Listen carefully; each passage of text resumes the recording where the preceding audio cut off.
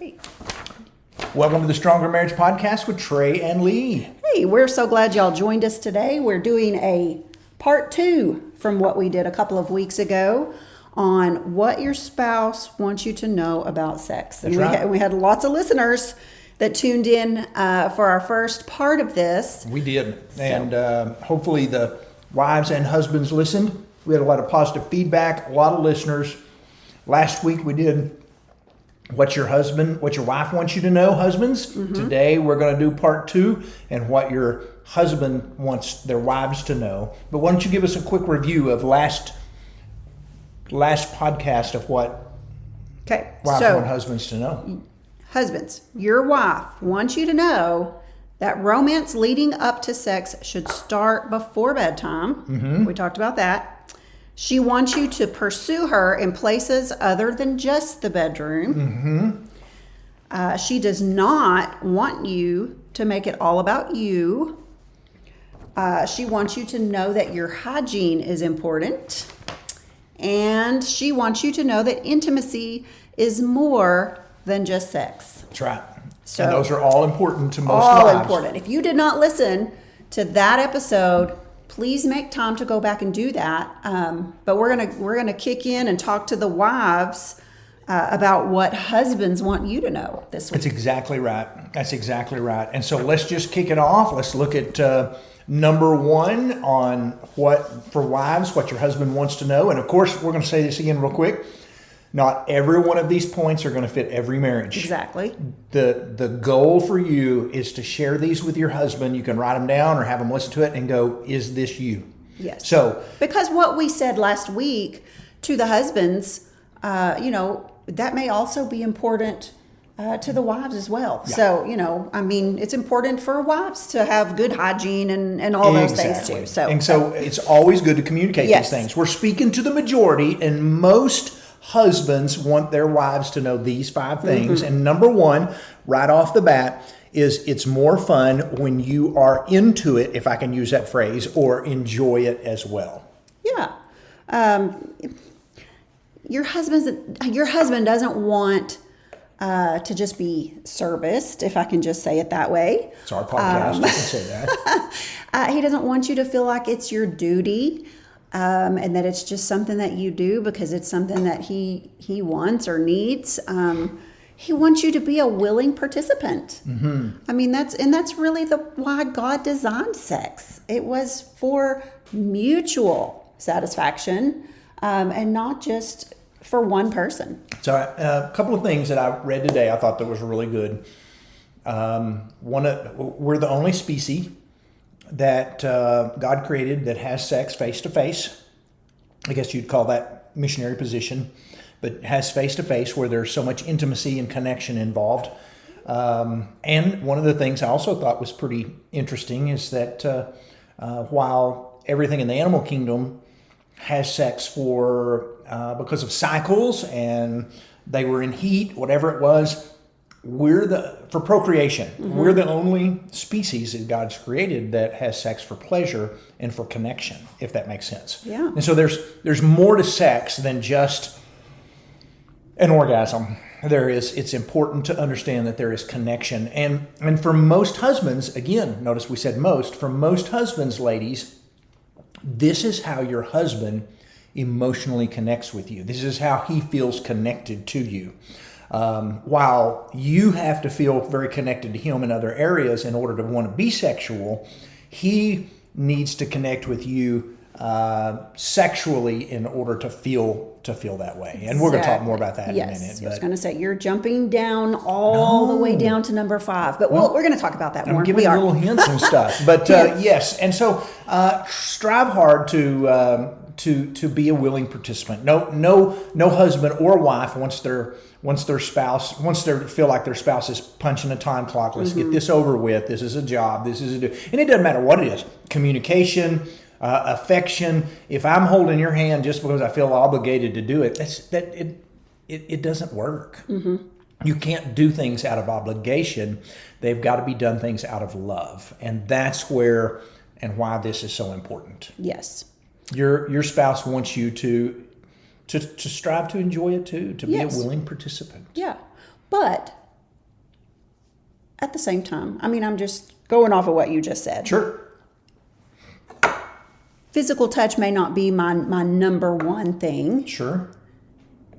and I don't want to do it as often as you do, touching, but I still touch you because I know that's important to you, and that makes me feel good It's true. to do something that I know is important to you, That's right. even though it's not as important to me. So I don't know if that makes any sense. It does. But- I'm the touchy person in Yes. the marriage, and I know that Lee is not as touchy a person, and she touches me because she knows that's important to me. Yes. If sex is important to you or important to your spouse, and you are a willing participant, maybe it's not as important to you, but because it's important to your spouse, it is important to you. Yes. And that can be that way with communication or anything else. Absolutely. So I know we talked to the husbands last week, and we did talk about pursuit outside the bedroom. But guys, just let me say, we're telling the wives to be willing participants, but husbands, part of this falls on your shoulders by the way that you pursue her outside the bedroom. She's going to be a more willing participant inside the bedroom according to the way you pursue her outside the bedroom. That's right. And that means she wants you to want her more than just for sex. She wants you to send the sweet notes, send the flowers. She wants you to take her on dates. She wants you to continue to pursue her more than just in the bedroom, not for just what you can get out of this. So as we say sometimes in the workshop, do those little things like buying a surprise gift card for a manicure or pedicure, not because you're trying to get out of a doghouse, but do it for no reason. When you start doing those little things all the time for no reason, those make a difference. Yeah, just showing her that you care on a daily basis goes a long ways to creating intimacy. That's it. So let's talk number 2. Okay, number 2 is be confident, wives. Confidence is sexy. Yes, it is. So be willing to try new things. Be willing to communicate things that you like, and just as important, that you dislike. Communication is really, really key. Surprise him by wearing some new lingerie, or just some lingerie in general that maybe you haven't worn in a very, very long time. I know every once in a while you have to remind me, hey, you do still have those special drawers that you talk about in the workshop, right? We still have that stuff, right? we do. But yeah, sometimes we get lazy. We do. Yes. Confidence is important. And also when we're talking confidence, this also means, I'm trying to think of the right word. I'm not trying to think of the word aggressive, but initiate, and we'll talk more about that in a minute, but I mean, be the one that is a little bit more aggressive at times. Be the one that pursues versus just having your husband do all the whatever. Instead of going, I don't care, whatever you want to do is fine. Be the one that goes, hey, let's try this. Yes. That's called confidence. You have preferences, That's so it. it's okay to voice your preferences. Flirt with your husband. He loves it when you flirt with him. Confidence has a lot to do also with not obsessing about the way you look. Now, he wants you to look nice for him, of course, and you want to look nice. I mean, it just makes you feel good when you look nice, but don't obsess about the way you look. That's what we're trying to say. Don't stress about your body. We don't look the way we did 35 years No. ago when we got married. No. But I can promise you, wives sometimes stress over things that their husbands never see. Stretch marks, things that just maybe don't look the way they used to, and you are going, ooh, I look terrible, and your husband just sees beautiful. Yeah. Just sees beautiful. And so try not to stress over those things. That's exactly right. The next one is to be kind and be lovable. Ooh, nobody wants to, can I say sex or make love? Nobody wants to make love to somebody who's grouchy or whiny or naggy, or it's like, hey, how's my naggy, grouchy, grumpy wife today? Let's go climb into bed. That's not going to happen. No. And so be desirable. Yeah. This goes back to what we said to the husbands. You know, a lot of this has to do with the way you treat your spouse outside the bedroom. The better you treat your spouse outside the bedroom, the better you're going to be treated inside the bedroom. So, be kind, be lovable. Don't constantly criticize your husband and treat him like he's one of your children and give him very little appreciation. And I hear this all the time, and I Yeah. feel bad. I have no doubt they wonder why my marriage isn't better. And I hear sometimes we run into wives who say things like, he's not one of my children. I don't have to give him praise. And I'm like, but did you know that if you'll just give him a little praise, he'll knock down walls for you. Mm-hmm. He'll do anything for you. If you'll just build him up a little bit instead of just thinking, hey, he should know these things. And I know that goes both ways, but yeah, a little bit of praise and that man will just do anything for you. Yeah. If you're constantly criticizing, then don't act surprised when he's not really interested in spending time with you or being sexually intimate with you. Yeah. We say sometimes on our social media posts, be your husband's lover, not his mother. That's pretty good, isn't it? Yeah. Be his lover, not his mother.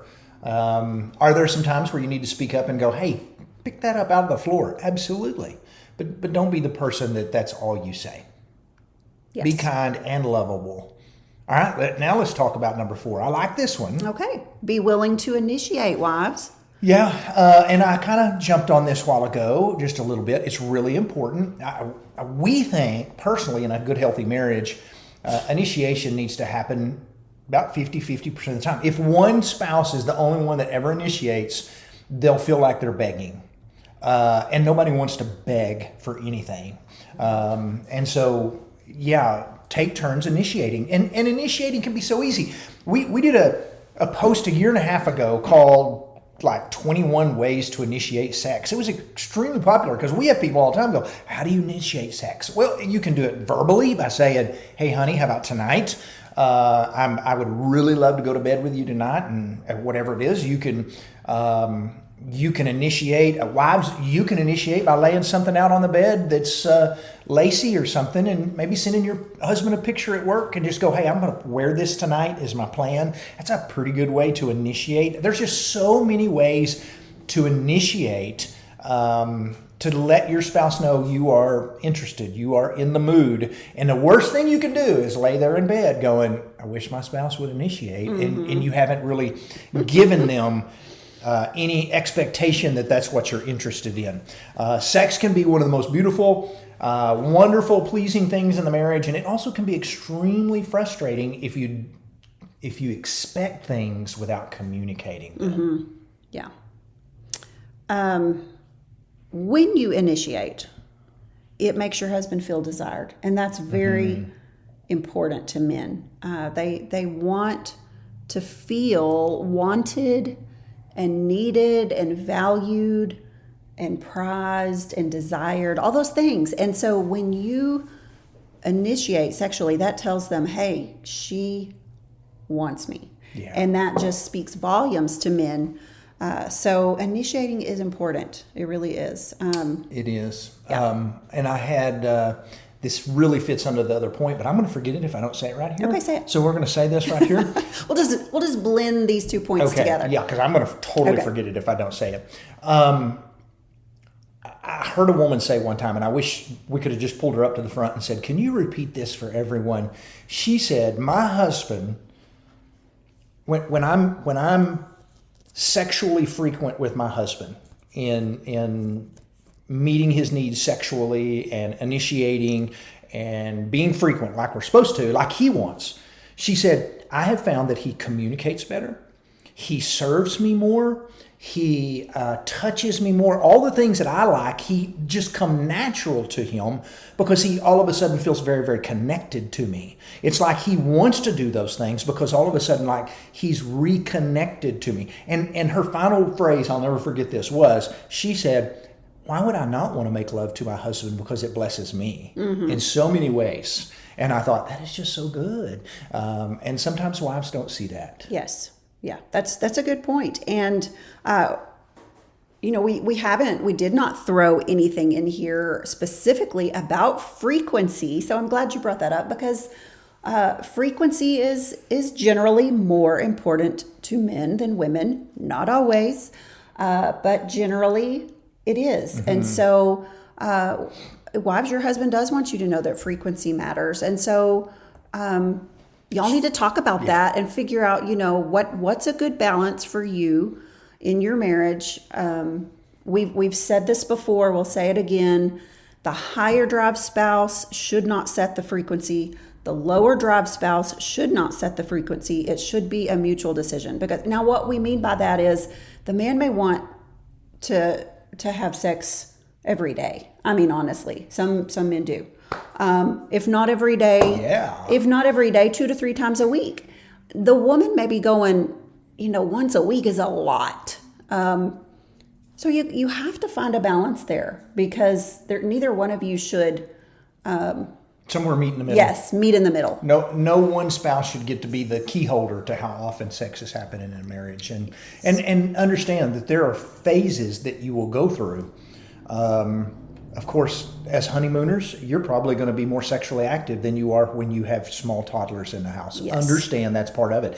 Be patient with your spouse during that time. You cannot expect a mama who is got a toddler and a baby to be going, hey, I'm always in the mood. And so those are just times you're going to have to understand. When you have teenagers in your home, you may find it a little bit more difficult to find privacy. When you become empty nesters, we found that, hey, it's a whole lot better. All of a sudden, it's like there's nobody at home that gets in our way and we can do anything we want. And so it's almost like a honeymoon stage again. So there's just different stages you go through. There may be health problems that you're having. There may be, we talked about all of these last time, there may be different things that you need to see a doctor for. But whatever it is, strive to have the best sexual intimacy that you can have in your marriage as long as you can. As long as you can. Yes. And so that's important. So while we're talking about frequency and initiating, let me just also remind the wives that, we said, let him know when you're in the mood because he doesn't know.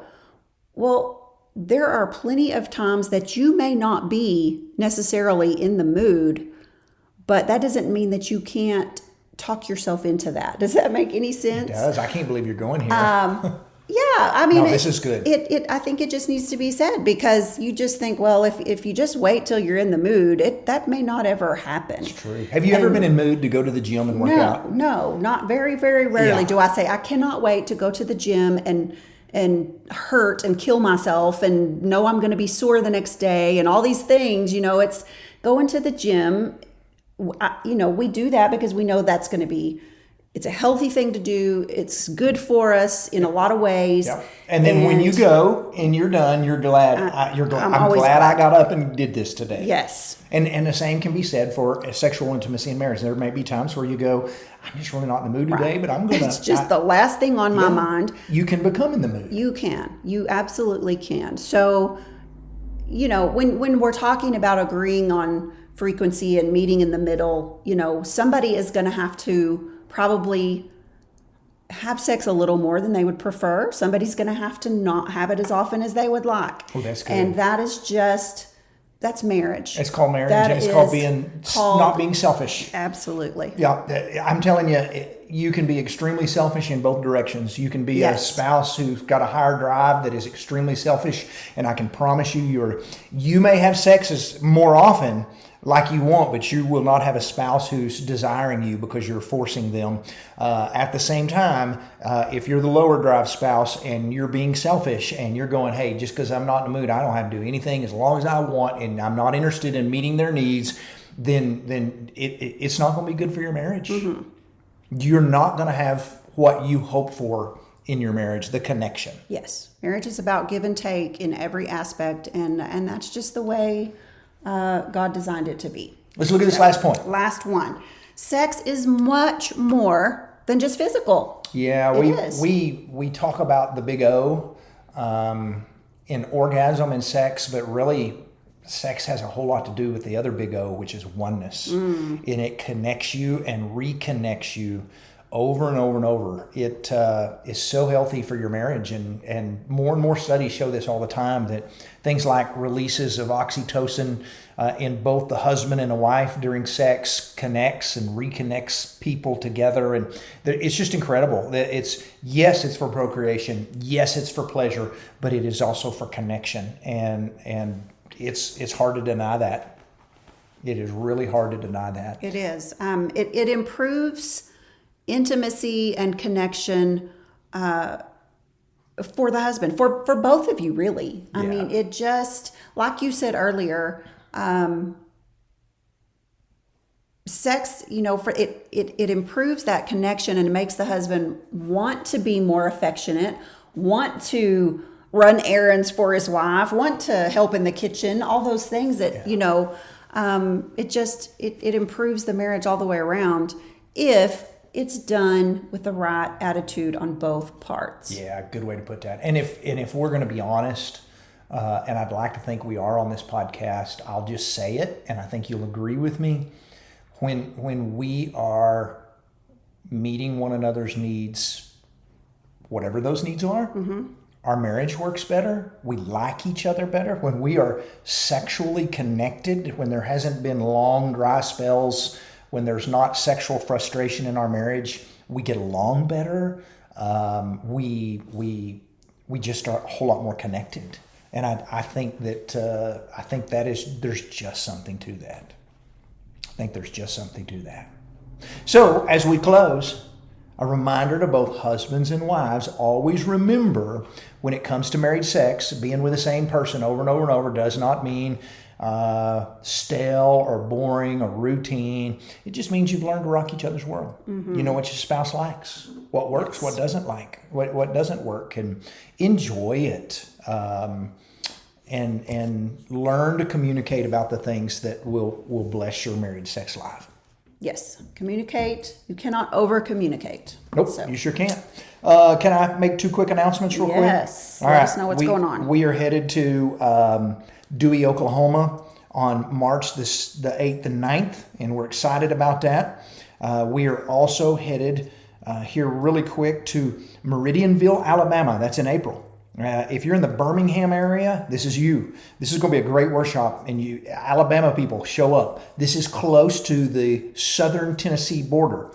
Show up. So that'll be good. And then in May, we'll be in Tulia, Texas. That's in the panhandle of Texas. And we know lots of people up there, and we're looking forward to seeing lots of friends and folks in Tulia. So that's what's going on. I'm going to throw this out because I think this is important.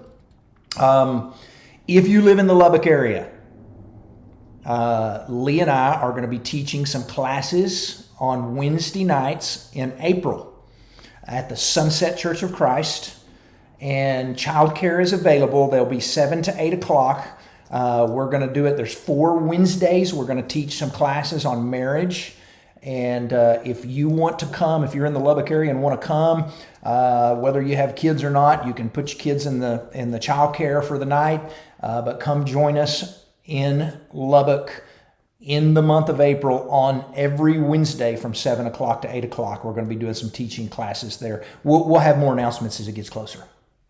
Yep. Anything else? Good stuff coming up. Yeah. All right. Sounds good. Y'all have a great week. We'll see you in a couple of weeks. Bye. Bye-bye.